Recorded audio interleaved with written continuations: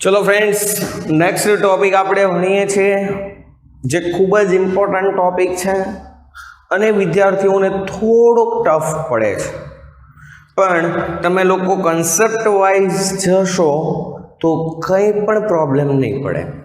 Topic છે limiting reagent, સીમિત પ્રક્રિયક. સીમિત પ્રક્રિયક કોને કહેવાય?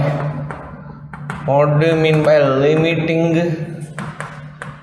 reagent?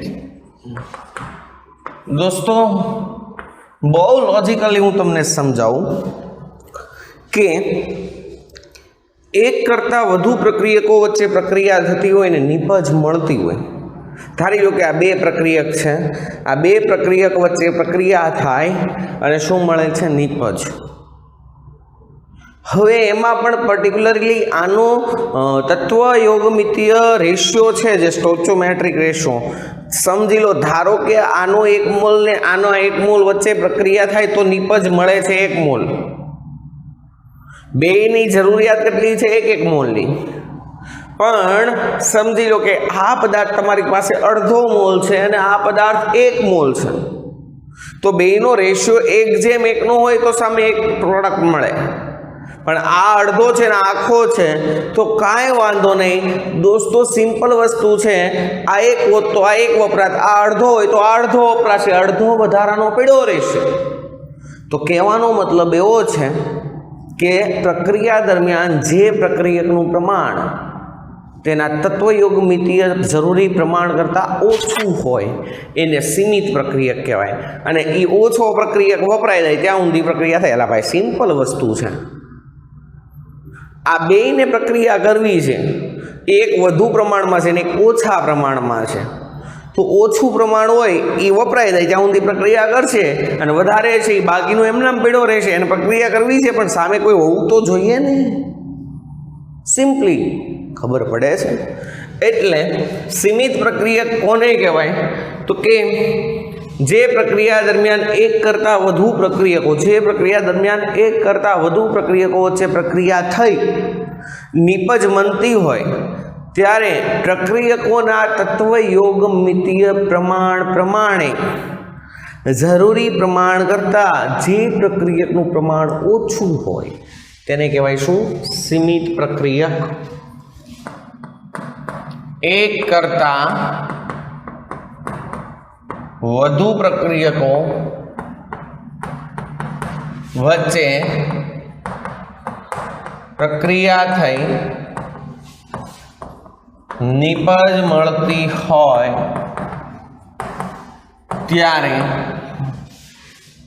જે પ્રક્રિયકનું પ્રમાણ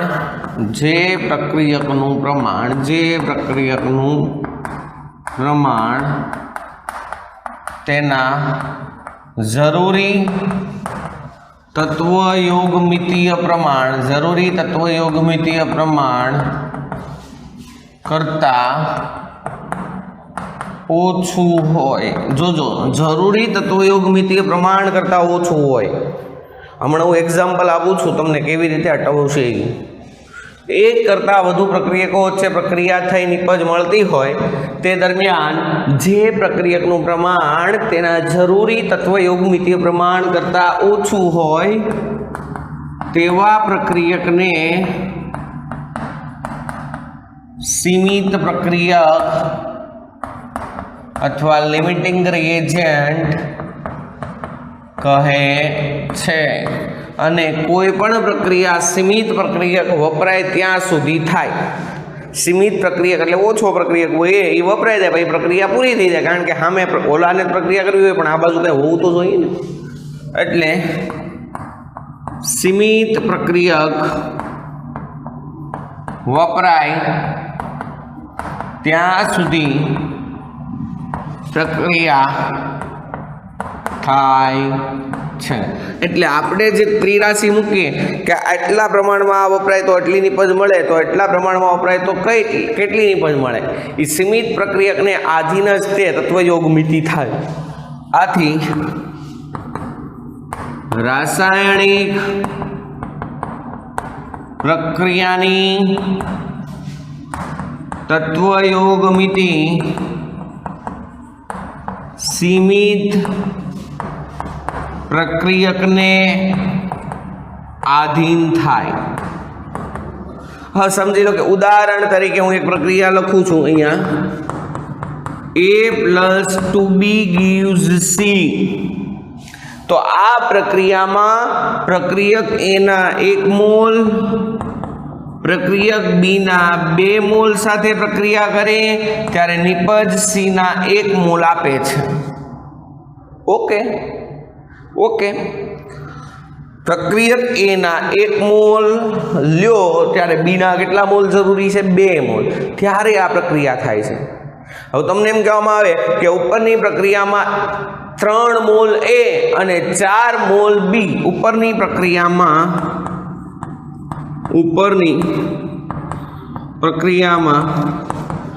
3 મોલ A અને 4 મોલ B વચ્ચે પ્રક્રિયા થાય તો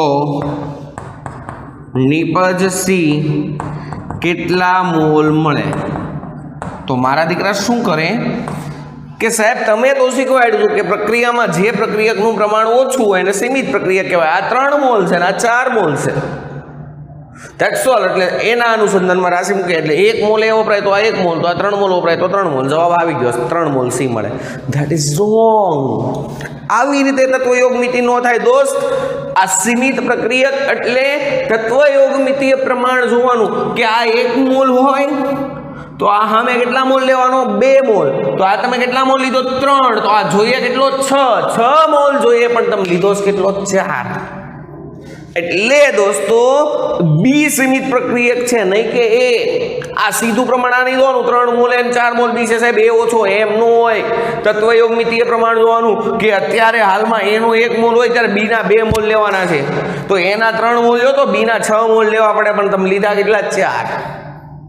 ઓછું છે બીનું પ્રમાણ, એટલે ઈ કેવો પ્રક્રિયક થાય? સીમિત પ્રક્રિયક થાય। ખબર પડી? તો આપણે આવી રીતે લખી શકાય, ઉપરની પ્રક્રિયામાં 1 મોલ A સાથે 2 મોલ B પ્રક્રિયા કરે છે। આથી જો 3 મોલ A લેવામાં આવે તો B કેટલા મોલ જોઈએ? 6 મોલ B જોઈએ, પરંતુ આપણે 4 મોલ B લીધેલ હોવાથી પ્રક્રિયક B નું પ્રમાણ તેના જરૂરી તત્વયોગમિતિય પ્રમાણ કરતાં ઓછું છે। 4 હોવાથી હાલમાં પ્રક્રિયક B કેવો પ્રક્રિયક થશે? સીમિત પ્રક્રિયક થશે। અને પ્રક્રિયા તેના અનુસંધાનમાં રજૂ થાય। અત્યારે એના અનુસંધાનમાં ત્રિરાશિનો મુકાય, એમ ન કહેવાય કે 1 મોલ એ વપરાય તો 1 મોલ C મળે, તો 3 મોલ A 3 મોલ C। નહીં, ઓછો કોણ છે હાલમાં? B। તો B ના અનુસંધાનમાં રાશિ મુકાય કે જો 2 મોલ B હોત તો 1 મોલ C મળત। તો આપણે 4 મોલ B વાપરીએ છીએ, તો કેટલા? ખબર પડી? તો હાલમાં 2 મોલ B વપરાય તો 1 મોલ C મળે, માટે 4 મોલ B વપરાય તો કેટલા મોલ C મળે? તો કે 4/2 એટલે કે 2 મોલ C મળે। That's all. તમે અહીંયા એના અનુસંધાનમાં ત્રિરાશિ મૂક્યું હોત તો C તમને કેટલા મોલ મળે? 3। That is wrong. હવે એક્ઝામમાં આવા લલ્લુ પપ્પુ સવાલ પૂછાય તમને એમ જ થાય કે આપણે બધું સાચું કર્યું, 3 જવાબ ટીક મારીને આવો। બટ દોસ્તો જુઓ તો ખરા, છે એકદમ સિમ્પલ કન્સેપ્ટ, પણ તમારે લોકોને સીમિત પ્રક્રિયક પસંદ કરતા આવડવું જોઈએ। સીમિત પ્રક્રિયકમાં જેનું વજન વધારે હોય એને સીમિત પ્રક્રિયક કે જેના મોલ વધારે હોય એને સીમિત પ્રક્રિયક ન કહેવાય. તત્વયોગમિતીય પ્રમાણ જોવાનું કે પ્રક્રિયામાં જરૂરી પ્રમાણ કેટલું છે એના આધારે જેનું પ્રમાણ ઓછું હોય ને એને સીમિત પ્રક્રિયક કહેવાનો. ઓકે, આ પોઈન્ટને ખાસ યાદ રાખજો, હે ને? ચલો લઈ લો.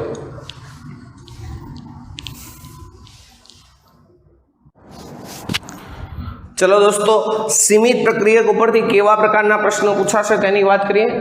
जो तमने प्रश्न आ प्रकारनो पूछाशे, तमने एम के 20 ग्राम डायहाइड्रोजन अने 32 ग्राम डायऑक्सिजन वच्चेनी प्रक्रियाथी 20 ग्राम डायहाइड्रोजन अने 32 ग्राम डायऑक्सिजन वच्चेनी प्रक्रियाथी केटला मोल पानी बने, कितना मोल पानी बने.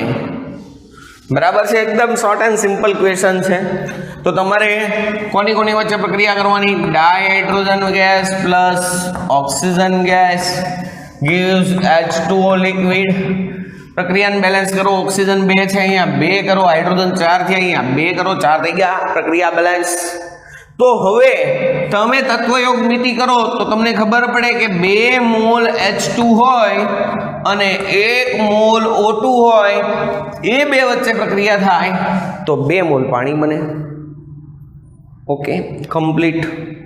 तो हवे आपणे H2 अने O2 ना मोल गणी लईए. आपणी पासे केटला छे? तो H2 ना मोल एटले H2 નું દળ છેદમાં H2 નો અણુભાર. चलो H2 કેટલા ગ્રામ લીધો? 20 ગ્રામ H2 છે તો એનો અણુભાર કેટલો થશે? 2.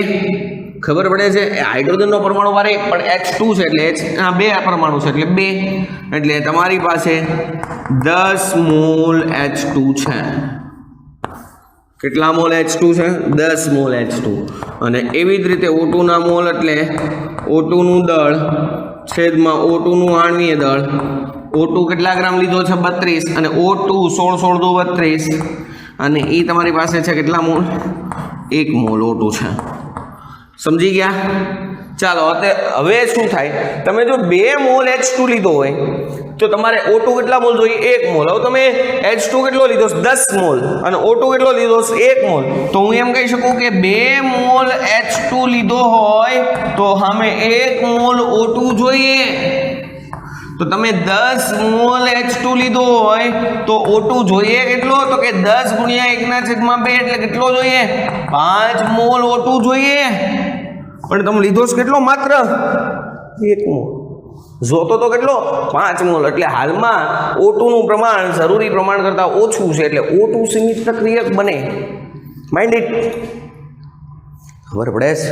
ભાઈ એમ ન કરતા કે સાહેબ H2 20 ગ્રામ છે ને O2 32 ગ્રામ છે, O2 નું પ્રમાણ વધારે છે H2 કરતા એટલે H2 સીમિત પ્રક્રિયક થાય. નહીં નહીં નહીં નહીં નહીં નહીં. જરૂરી તત્વયોગમિતીય પ્રમાણ જુઓ કે આ 2 મોલ હોય તો આ 1 મોલ. તો H2 તમે 10 મોલ લીધો તો O2 5 મોલ જોઈએ. જો અત્યારે O2 તમે 6 મોલ લીધો હોત, 5 કરતા વધારે 6, તો સીમિત પ્રક્રિયક કોણ થાત? H2. પણ O2 તમે કેટલો લીધો છે? 1 મોલ. જતો તો કેટલો? 5 મોલ. એટલે ઓછો છે. તો અહીંયા લખાય અહીં ઉપરની પ્રક્રિયામાં O2 નું પ્રમાણ તેના જરૂરી પ્રમાણ કરતાં ઓછું હોવાથી O2 સીમિત પ્રક્રિયક બનશે. એટલે હવે ત્રિરાશિ તમારે કોના અનુસંધાનમાં મુકાય? O2 ના. 1 મોલ O2 હોય કેટલા મોલ H2O મળે? 2 મોલ. તો અહીંયા તમે 1 મોલ જ લીધો છે. આથી 1 મોલ O2 ના વપરાશ દ્વારા કેટલો? 2 મોલ H2O મળશે. ખબર પડે છે? એટલે તમારા આન્સર આવશે 2. કેટલાક વિદ્યાર્થી શું કરે? આ 10 મોલ H2 એટલે સીધું આમ કરે 2 મોલ H2 વપરાય તો 2 મોલ પાણી મળે. તો 10 મોલ H2 હોય, H2 એ કેટલા? 400. પણ એમ ન થાય દોસ્ત. અત્યારે એ વધુ છે ને ઓછો છે. આ 2 મોલ વપરાશે, આ 1 જ મોલ વપરાશે તો આ વધારાનો 8 મોલ એમનામ પડ્યો રહેશે. ખબર પડે છે? H2 તમે તમારે જરૂર કેટલાની હતી? આ 1 મોલ લીધો O2 તો સામે H2 તમારે ખાલી કેટલા મોલની જરૂર છે? 2 મોલની. તમે 10 મોલ લો તો કાંઈ હું વધારે પાણી મળે? ના ના ભાઈ, સામે O2 પ્રક્રિયા કરવા વાળો હોવો તો જોઈએ કે ન જોઈએ? H2 ને તો ધડાકા કરવા જ છે, પણ O2 ભેગો થાય તો ધડાકાના ભડાકા થાય ને. ખબર પડે છે ભાઈ? 2 મોલ H2 સામે 1 મોલ O2 ભડાકા કરવા માટે જોઈએ. હવે તમે H2 10 મોલ લઈ લો ને O2 1 મોલ વાપરો તો ભડાકા બધાના થાય? ના ના ભાઈ, આના 2 ને આનો 1 પ્રક્રિયા કરશે ને બાકીના પીડા રહેશે. એટલે પ્રક્રિયા હંમેશા સીમિત પ્રક્રિયકના અનુસંધાનમાં રજૂ થાય. સમજાઈ ગયું?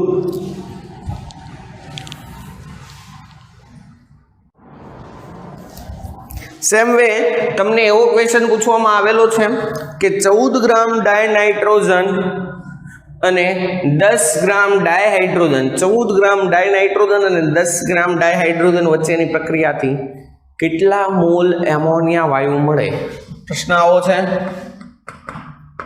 14 ગ્રામ ડાયનાઇટ્રોજન અને 10 ગ્રામ ડાયહાઇડ્રોજન વચ્ચેની પ્રક્રિયાથી કેટલા મોલ અમોનિયા વાયુ મળે? અથવા તો તમને એમોનિયાના કેટલા અણુઓ મળે એમ સંખ્યા પણ પૂછે તો તમને બધાને ખબર છે, પહેલા મોલ ગણી લો પછી એને એવોગાડ્રો આંક વડે ગુણી નાખો તો એમોનિયા અણુની સંખ્યા મળી જાય.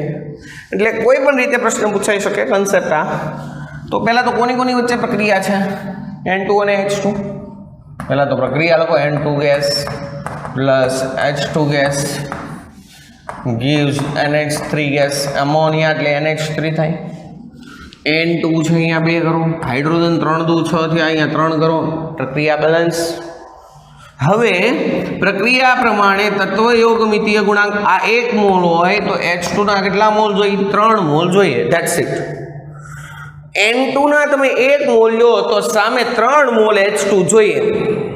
હવે આપણે કેટલા લીધા એ જોઈએ તો N2 ના મોલ બરાબર N2 નું દળ છેદમાં N2 નું આણ્વીય દળ.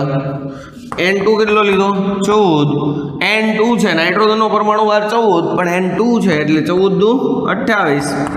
એટલે તમારી પાસે N2 ના મોલ કેટલા છે? અડધો મોલ N2 તમે લીધો છે. ખબર પડી? આવી જ રીતે H2 કેટલો લીધો છે તો H2 ના મોલ એટલે H2 નું દળ છેદમાં H2 નું આણ્વીય દળ. H2 તમે 10 ગ્રામ લીધો, એનું આણ્વીય દળ 2 એટલે 5 મોલ H2 લીધો છે તમે. સમજાય છે? હવે તમે જો 1 મોલ N2 લીધો હોત તો H2 કેટલા મોલ જોઈએ? 3 મોલ H2 જોઈએ. હે તો તમે અડધો મોલ N2 લો તો તમને H2 કેટલો થઈ? 0.5 ગુણ્યા 3 એટલે 3/2 એટલે 1.5 મોલ H2 જોઈએ. ચલો તમે અડધો મોલ N2 લીધો છે તો સામે H2 કેટલો જોશે? 1.5 મોલ જ જોશે. તમે લીધો કેટલો? 5 મોલ. તો અહીંયા H2 નું પ્રમાણ તેના તત્વયોગમિતીય પ્રમાણ કરતાં વધારે છે એટલે એને સીમિત પ્રક્રિયક ન કહેવાય. તો વધ્યો કોણ? N2, એને સીમિત પ્રક્રિયક કહેવાય.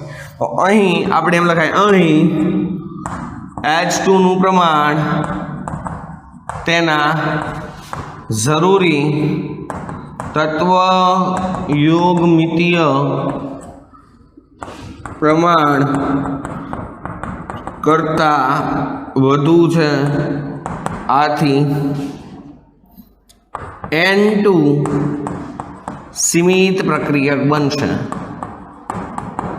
ઘણા લોકો તો સીધું આ જ જોઈ લે, સાહેબ આ 14 ગ્રામ છે ને આ 10 ગ્રામ છે, સાહેબ આ વધુ છે ને આ ઓછો છે એટલે H2 સીમિત પ્રક્રિયક ને પછી એના ઉપરથી ઠોકે ત્રિરાશિ. That is wrong. અલ્લા ભાઈ, સીમિત પ્રક્રિયક કોને કહેવાય? એનું તત્વયોગમિતીય પ્રમાણ જોવું પડે અને એ પ્રમાણના અનુસંધાનમાં જે પ્રક્રિયક ઓછો હોય એને કહેવાય સીમિત પ્રક્રિયક. સમજાય છે? હજી બહુ જ ઇમ્પોર્ટન્ટ છે, બહુ ઇઝી, પણ તમે લાંબા સમયમાં હું કહું છું એવી જ ભૂલ કરશો, આવી જ ઠોકશો. સાહેબ આ ઓછો છે, આ સીમિત, એમ કરીને ઠોકી દો. નહીં, ધ્યાન રાખજો. ચાલો તો હાલમાં કોણ સીમિત પ્રક્રિયક થયો? N2. હવે N2 1 મોલ લીધો તો એમોનિયા કેટલા મોલ મળે?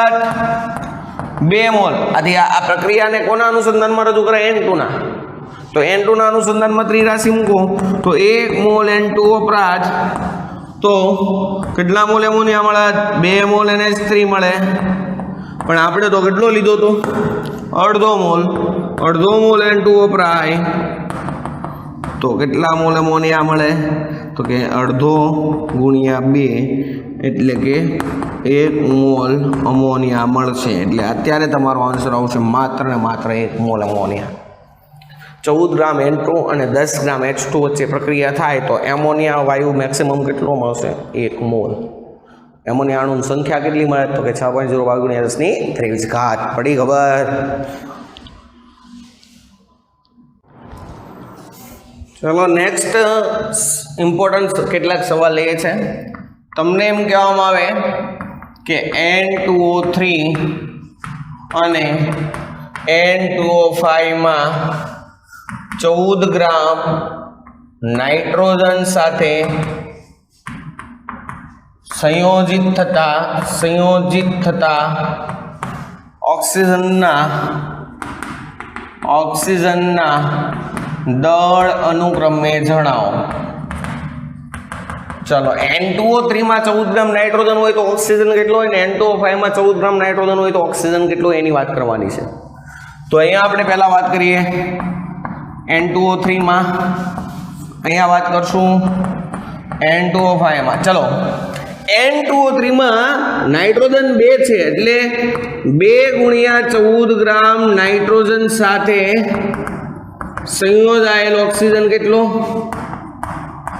3 ઓક્સિજન એટલે 3 × 16 ગ્રામ ઓક્સિજન ખબર પડી N2O3 માં 2 × 14 ગ્રામ નાઇટ્રોજન સાથે સંયોજિત ઓક્સિજનનું દળ 16 તેરી 48 એટલે 3 × 16 ગ્રામ ઓક્સિજન હોય તો આપણે કેટલા ગ્રામ લેવાનું ખાલી નાઇટ્રોજન માટે 14 ગ્રામ નાઇટ્રોજન સાથે સંયોજિત ઓક્સિજનનું દળ કેટલું તો કે 14 × 3 × 16 ના છેદમાં 2 × 14 ખબર પડી 14 કેન્સલ 8 × 2 16 8 તેરી 24 ગ્રામ ઓક્સિજન હોય તો દોસ્તો N2O3 માં 14 ગ્રામ નાઇટ્રોજન હોય ને તો ઓક્સિજન કેટલો હોય 24 ગ્રામ પડી ખબર એવી જ રીતે N2O5 માં 14 ગ્રામ નાઇટ્રોજન હોય તો N2O5 માં જો 2 × 14 ગ્રામ નાઇટ્રોજન હોય તો એની સાથે સંયોજિત ઓક્સિજનનું દળ કેટલું થાય 5 × 16 ગ્રામ 16 85 ખબર પડી તો માટે 14 ગ્રામ નાઇટ્રોજન સાથે સંયોજિત ઓક્સિજનનું દળ કેટલું તો કે 14 × 5 × 16 છેદમાં 2 × 14 જાય અહીંયા 8 8 × 5 40 ગ્રામ ઓક્સિજન હોય આવા લોજિકલ સવાલ એ પૂછાય છે કે N2O3 અને N2O5 માં 14 ગ્રામ નાઇટ્રોજન સાથે સંયોજિત ઓક્સિજનનું દળ અનુક્રમે કેટલું તો N2O3 માં તો 14 ગ્રામ નાઇટ્રોજન હોય તો ઓક્સિજન 24 ગ્રામ હોય અને N2O5 માં 14 ગ્રામ નાઇટ્રોજન હોય તો ઓક્સિજન 40 ગ્રામ હોય પડી ખબર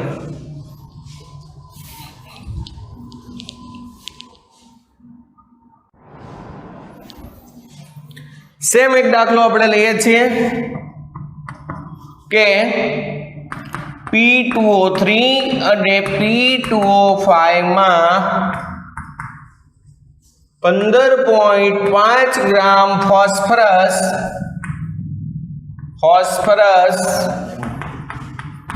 સાથે સંયોજિત ઓક્સિજન નું દળ અનુક્રમે જણાવો ચાલો P2O3 અને P2O5 માં 15.5 ગ્રામ ફોસ્ફરસ સાથે સંયોજિત ઓક્સિજનનું દળ તો હું P2O3 માં કરવું હોય તો આમ લખાય આમ 2 × P એટલે 31 ગ્રામ ફોસ્ફરસ સાથે સંયોજિત ઓક્સિજનનું દળ બરાબર 3 × 16 ગ્રામ થાય કે નહીં ચાલો એટલા ગ્રામ ફોસ્ફરસ હોત આમાં તો એટલો ઓક્સિજન હોત તો ફોસ્ફરસ કેટલું લેવાનું છે 15.5 ગ્રામ ફોસ્ફરસ સાથે સંયોજિત ઓક્સિજનનું દળ બરાબર કેટલું 15.5 ગુણ્યા 3 ગુણ્યા 16 ના છેદમાં 2 અને અહીંયા 31 15.5 ગુણ્યા 2 એટલે 31, ચોકે ચોકે 16, 4 તારી 12 એટલે અહીંયા આવશે કેટલા ગ્રામ? 12 ગ્રામ ઓક્સિજન. જો P2O3 માં દોસ્તો 15.5 ગ્રામ ઓક્સિજન હોય, સોરી 15.5 ગ્રામ ફોસ્ફરસ હોય તો ઓક્સિજન કેટલો હોય? 12 ગ્રામ. સેમ વે P2O5 માટે તો આમાંય સેમ 2 ગુણ્યા 31 ગ્રામ ફોસ્ફરસ હોત તો એની સાથે સંયોજિત ઓક્સિજનનું દળ 5 ગુણ્યા 16 ગ્રામ ઓક્સિજન માટે 15.5 ગ્રામ ફોસ્ફરસ એ કેટલો? તો કે 15.5 ગુણ્યા 5 ગુણ્યા 16 છેદમાં 2 ગુણ્યા 31. 15.5 2 31, ચોકે ચોકે 16, 5 ચોકા 20 તો અહીંયા આવશે 20 ગ્રામ ઓક્સિજન. સમજાય છે તમને મારો કહેવાનો ઇન્ટેન્શન? તો P2O3 અને P2O5 માં અનુક્રમે 15.5 ગ્રામ ફોસ્ફરસ હોય તો અનુક્રમે ઓક્સિજનનું સંયોજિત દળ 12 ગ્રામ અને 20 ગ્રામ હોય. તો આ પ્રકારના ક્વેશ્ચન તમને લોકોને પૂછાશે અને આમાં કોઈ પણ પ્રકારના કેલ્ક્યુલેટરની જરૂર પડતી નથી. એટલે નીટ લેવલ અને જીમેન લેવલ માટે આમાંથી ક્વેશ્ચન પૂછાઈ શકે. ચાલો હોમવર્કના દાખલા લખો. 10 ગ્રામ H2 અને 64 ગ્રામ O2, 10 ગ્રામ H2 અને 64 ગ્રામ O2 વચ્ચેની પ્રક્રિયાથી કેટલા મોલ પાણી બને અને કયો વાયુ પ્રક્રિયા પામ્યા વગરનો અને કેટલા પ્રમાણમાં બાકી રહે? ઓકે, ચલો બીજો ક્વેશ્ચન લખો. 28 ગ્રામ N2 અને 36 ગ્રામ H2, 28 ગ્રામ N2 અને 36 ગ્રામ H2 વાયુ વચ્ચેની પ્રક્રિયાથી એમોનિયાના કેટલા અણુઓ છૂટા પડે તેમજ કયો વાયુ પ્રક્રિયા પામ્યા વગરનો કેટલા પ્રમાણમાં પડ્યો રહે? ઓકે, નેક્સ્ટ ક્વેશ્ચન લખો. SO2 અને SO3 માં 16 ગ્રામ સલ્ફર સાથે સંયોજિત થયેલા ઓક્સિજનનું દળ અનુક્રમે જણાવો. SO2 અને SO3 માં 16 ગ્રામ સલ્ફર સાથે સંયોજિત થયેલા ઓક્સિજનનું દળ અનુક્રમે જણાવો. ઓકે, આ 3 દાખલા તમારે હોમવર્કમાં કરવાના છે. All the best.